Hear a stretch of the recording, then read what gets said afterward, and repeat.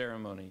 Today we induct two individuals into the Chemical Corps Hall of Fame who will take their rightful place among 66 previous inductees. We are also fortunate to honor 4 more individuals as distinguished members of the Corps. Together, these honorees have given years of outstanding service to the United States Army, to our Chemical Corps, and to a grateful nation. Ladies and gentlemen, opening our regimental award ceremony is Chief of Chemical and Commandant of the CBRN School, Colonel Vance P. Visser.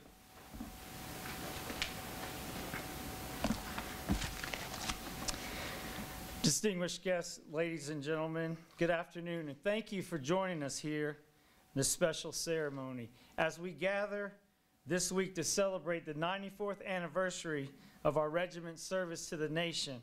It's quite fitting that we stop and honor select individuals who have distinguished themselves by exceptional professionalism and selflessness, spanning a period of service well over 200 years of both uniform and civilian service of our country. I'd like to start with a short quote from General Colin Powell that I feel is characteristic of each of the awardees that we honor today. General Powell said, "A dream doesn't become reality through magic. It takes sweat, determination, and hard work. These before you have not only given it their all, but in so doing, they've made lasting contributions to the United States Army, our Chemical Corps, and the United States of America. For centuries, soldiers and civilians alike have always found the time to honor those who perform above and beyond the call of duty, with monuments, parades, and medals. It is appropriate for us today, assembled here in our regimental room, to honor these individuals who have given so much of themselves to their nation, our Army, and our Corps. The Chemical Corps Hall of Fame was established in 1989. The Distinguished Member of the Corps program 2 years later in 1991. Today, we honor 6 outstanding Americans. 2 will be inducted into our Hall of Fame, and 4 will be recognized as distinguished members of our Corps. 3 of our inductees could not be with us today. One of these gentlemen is no longer with us. Nevertheless, even though they're unable to be present, it is appropriate that we reflect, look back, and recognize their service and sacrifice. For those who could not be here, we're fortunate that a representative volunteered to accept this award on their behalf.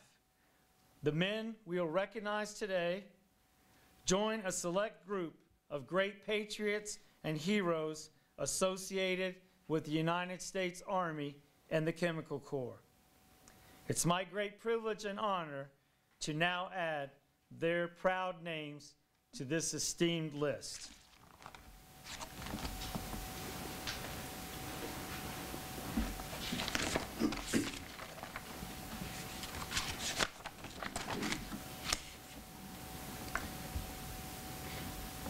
Induction into the Chemical Corps Hall of Fame is the highest form of recognition that the regiment honors. This most notable recognition honors those who are judged to have made a legacy of landmark contributions or who have engaged in a significant act of heroism, all of which contribute to the overall history and traditions of the Chemical Corps. These individuals have distinguished themselves through advances in science and technology, a lifetime of service, and devotion to the Corps, gallantry in battle, or have died with honor in combat. Our first Hall of Fame inductee is Major General Retired Ralph G. Wooten. Major General Wooten was born in LaGrange, North Carolina. He was commissioned a second lieutenant upon his graduation from Officer Candidate School at Fort Benning, Georgia in 1968. He was deployed to Vietnam, where he served as a platoon leader and as adjutant to the 1st Battalion, 2nd Brigade, 1st Infantry Division. Returning from Vietnam, Major General Wooten was assigned to the 82nd Airborne Division, where from 1972 to 1977, he served as the Division Chemical Officer and Logistics Staff Officer for the Division Artillery Brigade and as commander of the 14th Chemical Detachment, as well as commander of B Company 782nd Maintenance Battalion. Major General Wooten's other key assignments have been Branch Chief and Deputy Director, NBC Training Department, U.S. Army Chemical School, Material Readiness Officer and Commander, Material Management Center, 3rd Armored Division, Deputy Director, Research Development and Engineering Support Directorate, and Chief of Staff, Chemical Research Development and Engineering Support Directorate, Aberdeen Proving Ground, Maryland, Logistics Planning Officer, ACS, G4 3 Corps at Fort Hood, Texas, Commander of the U.S. Army Environmental Center, Aberdeen Proving Ground, Joint Program Manager for Biological Defense, Falls Church, Virginia, and Deputy Commanding General, U.S. Army Chemical and Military Police Centers in Fort McClellan, Alabama. Major General Wooten served as Commandant of the U.S. Army Chemical School from 1994 to 1999 and advanced to Commanding General of Fort McClellan, Alabama in 1996. During his tenure as Commandant of the Chemical School, Major General Wooten's 21st century vision, Protecting the Force, outlined a broad strategy to provide trained CBRN battle staff leaders and multi-purpose chemical forces that were fully capable of supporting global joint operations. His Chemical Vision 2010 had a profound and lasting impact on the acquisition strategy, force structure, technology, training, and doctrine of the Chemical Corps. His ideas on force protection, mounted reconnaissance, and smoke capabilities transformed the way the chemical, biological, radiological, and nuclear units and staff support and protect Army and joint forces. Major General Wooten also demonstrated extraordinary leadership during the closure of Fort McClellan and the successful relocation of the U.S. Army Chemical and Police Schools to Fort Leonard Wood, Missouri. Major General Wooten is a graduate of North Carolina Central University with a bachelor's degree in biology and a graduate from Central Michigan University with a master's degree in logistics management. He is also a graduate of the Chemical Officers Advanced Course, U.S. Army Command and General Staff College, and the Industrial College of the Armed Forces. His military decorations include the Combat Infantryman's Badge, the Legion of Merit, and the Bronze Star with 2 oak leaf clusters. Major General Wooten served as the 21st Chief of Chemical from 1994 to 99. He has been a mentor and role model for thousands, and his legacy continues to inspire and motivate generations of soldiers and civilians. Major General Wooten is recognized as a renowned subject matter expert in environmental compliance, pollution prevention, environmental remediation, CBRN defense operations, and weapons of mass destruction contingency planning, emergency management operations, and strategic planning. Today, Major General Wooten is the Executive Vice President for Davis Page Management Systems. At this time, Major General Wooten will come forward to accept his award.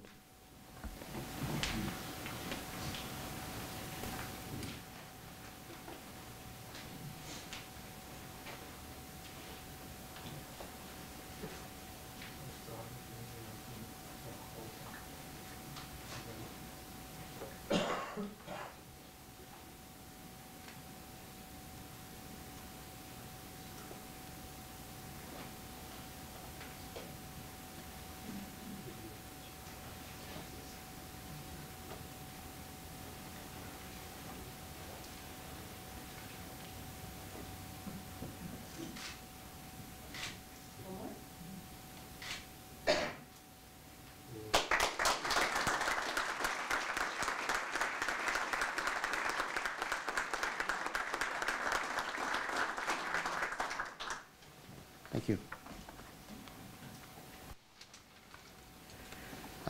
Let me first give thanks to Jesus Christ, my Lord and my Savior. Thank Him for this day, this hour, this event, and for this life. Colonel Visser, Command Sergeant Major Arnold, other general officers present, to our other awardees this afternoon. Ladies and gentlemen, it is indeed an honor and a privilege for me to have been nominated and selected, for the Regimental Hall of Fame. As you saw from the presentation And as you've heard, I spent about a little less than 32 years in the military. About 28 of those years, I was a Chemical Corps soldier. And yes, I was somewhat successful wearing the uniform. And I contribute much of that success, in fact, most of that success, to the officers, to the non-commissioned officers, soldiers, and civilians who worked with me, for me, and around me. I also had some pretty good jobs in the Chemical Corps, as you just heard. And fortunate for me, I was able to be in command or command-related positions about 75% of the time. High risk, but also high reward. Some of those jobs included, as you just heard, I was the commander of the 14th Chemical Detachment, 82nd Airborne Division. That was during the time that the Corps really did not get the respect that it deserves. There was considerable talk about merging with the Ordnance Corps and those kinds of things, but we survived that. I also commanded at my company at Fort Bragg, North Carolina, commanded for a gentleman, James Ball. And I'm going to talk a little bit more about General Ball in a minute.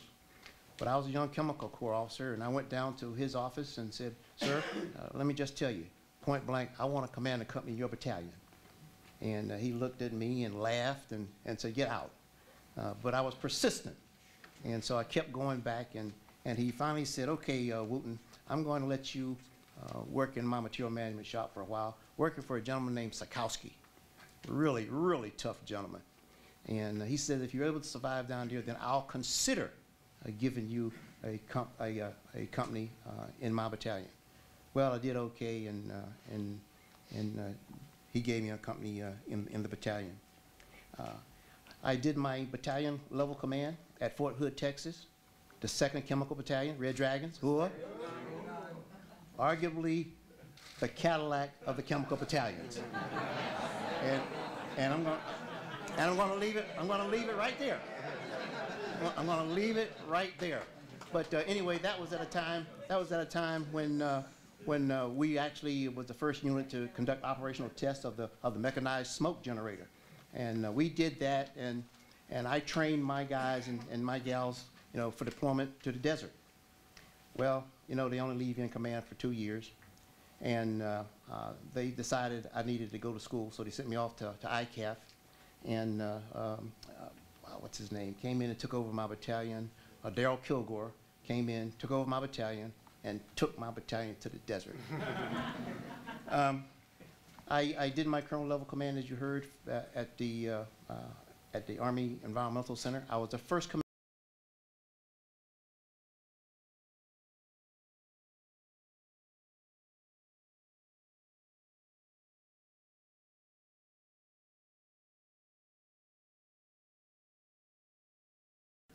of the Army Environmental Center.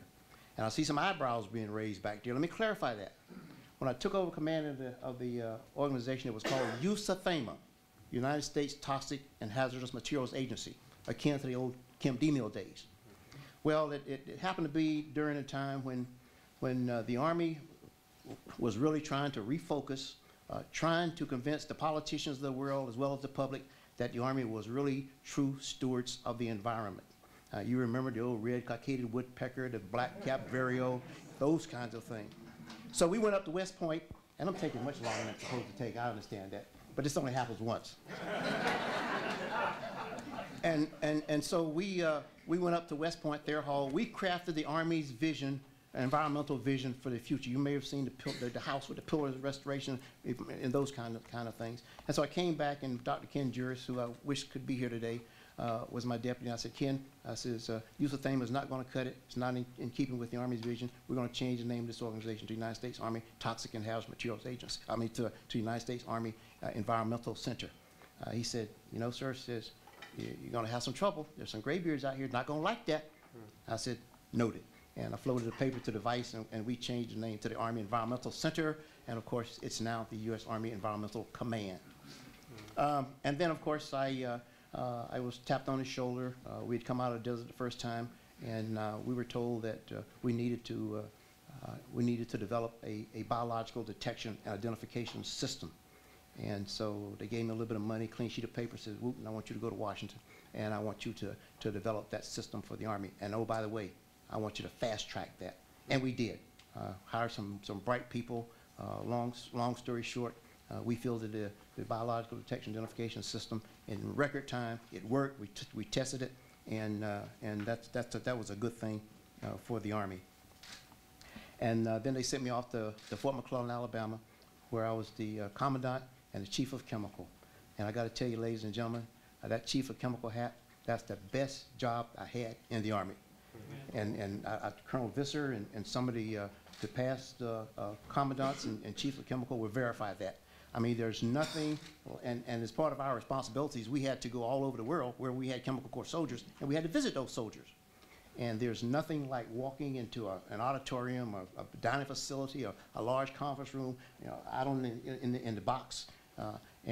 Your Chemical Corps soldiers, they know that their chief has come all that way to visit and to talk with them. When you walk in, they can't wait. They cannot wait to tell you who they are, what they've been doing, and what kind of great and grandiose things their units have done. So that was the best job I had. But of course now I've got many people to thank for my success in the military. My family, my church, my community, they're the ones that gave me a solid foundation, values, or right from wrong, those kinds of things. And really, a gentleman, the late General James Ball. I told you I commanded a battalion for him. I mean, I commanded the company in his battalion. He went off to the War College. I went off to command Joint Staff College. About halfway through my tour there, he called me one night, called Becky and I, and says, "Are you smarter now?" "Yes, sir. We're a little bit smarter now." "Best year of your life?" "Yes, sir. Best year of my life." Says, "Where are you going from here?" I said, "We looks like we're going to be on orders to go to Korea." He says, "As usual, Wooten, wrong answer." I says, "What, sir?" He says, "I want you to come and command my material management center for me in Germany." And said, "He'll make it happen," and he did.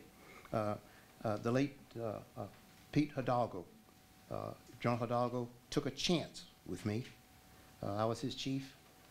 He said, "Wooten," he says, "you stand a good chance of becoming a general officer." First time anybody had ever told me that. He sent me off to battalion command. He said, "And if you do well in battalion command, then you're on your way." And he kind of just threw his arms around me and took good care of me.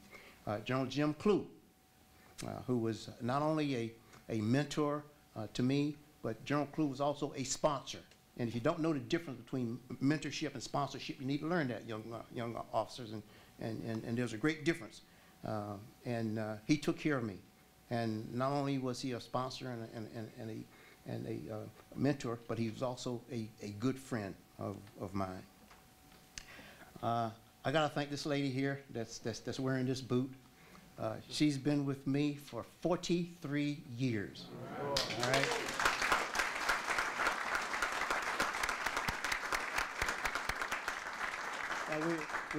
We've survived the long days, the deployments, 23 moves, and 2 rowdy boys.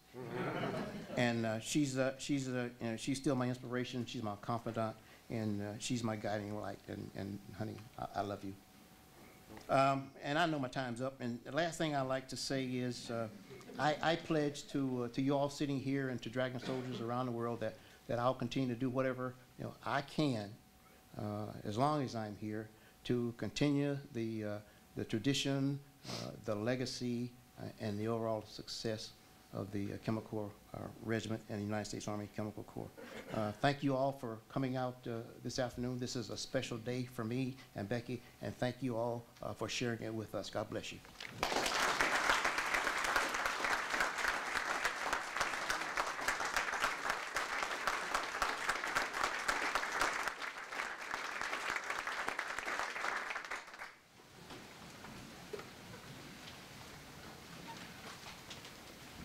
Ladies and gentlemen, Our second Hall of Fame inductee is Colonel Merritt W. Briggs, deceased. Colonel Merritt Briggs was born in Jamestown, New York. He graduated from Oberlin College, Ohio, with a bachelor's degree in biology. Colonel Briggs was inducted into the Army in 1942 at Buffalo, New York, and was stationed at Fort Jackson, South Carolina. In